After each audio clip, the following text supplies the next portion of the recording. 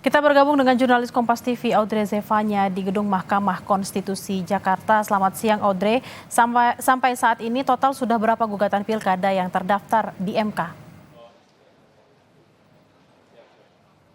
Selamat siang Bella dan juga saudara. Sampai siang hari ini kalau terkait dengan gugatan pilkada yang sudah masuk ke Mahkamah Konstitusi, ini ada sebanyak 277 total permohonan yang masuk, yang kalau sebelumnya di hari Rabu malam kemarin ini ada sebanyak 275, baru saja pagi ini bertambah 2 lagi dari tingkat kabupaten, di mana yang sebelumnya ini ada sebanyak 213 total permohonan, ini pagi ini bertambah menjadi sebanyak 215. Dan selain tingkat kabupaten, ini wilayah untuk kota ini juga mengajukan gugatannya, begitu ada sebanyak 47 gugatan yang masuk ke Mahkamah Konstitusi, dan juga untuk tingkat provinsi ini ada sebanyak 15 gugatan terkait sengketa pilkada ke Mahkamah Konstitusi.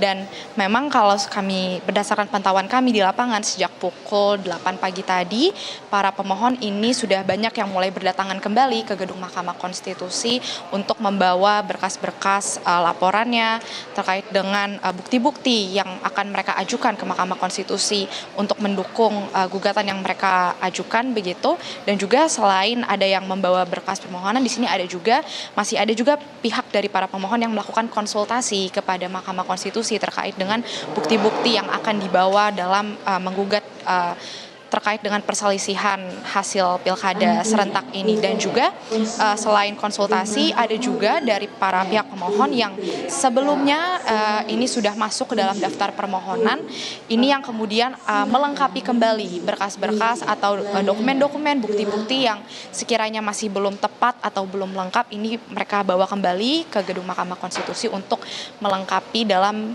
menguatkan bukti yang mereka bawa.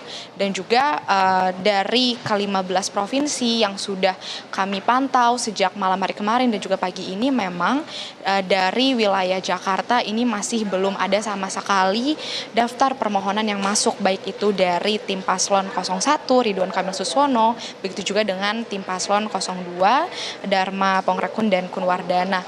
Memang kita ketahui dari salah satu paslon, misalnya tim RK Suswono, ini mengatakan sebenarnya mereka sudah siap bukti yang akan dibawa sebesar 97%.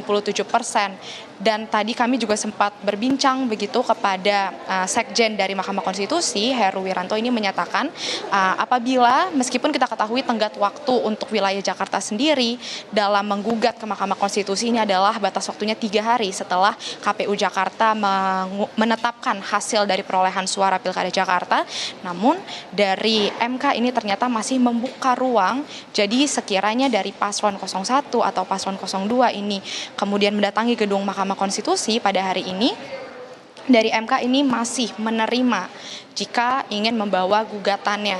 Yang kita ketahui kalau dari MK sendiri ini memang mengantisipasi atau membuka ruang untuk para pemohon untuk mengajukan gugatannya ke Mahkamah Konstitusi hingga tanggal 18 Desember. Dan sampai pada tanggal itu untuk wilayah Jakarta ternyata ini juga masih diterima jika dari KPU Jakarta dengan catatan ini belum mengumumkan atau menetapkan gubernur terpilih yang memenangkan pilkada. Jadi dari MK mengatakan mereka masih menerima, namun memang proses akhirnya ini adalah keputusan akhir dari Majelis Hakim Mahkamah Konstitusi.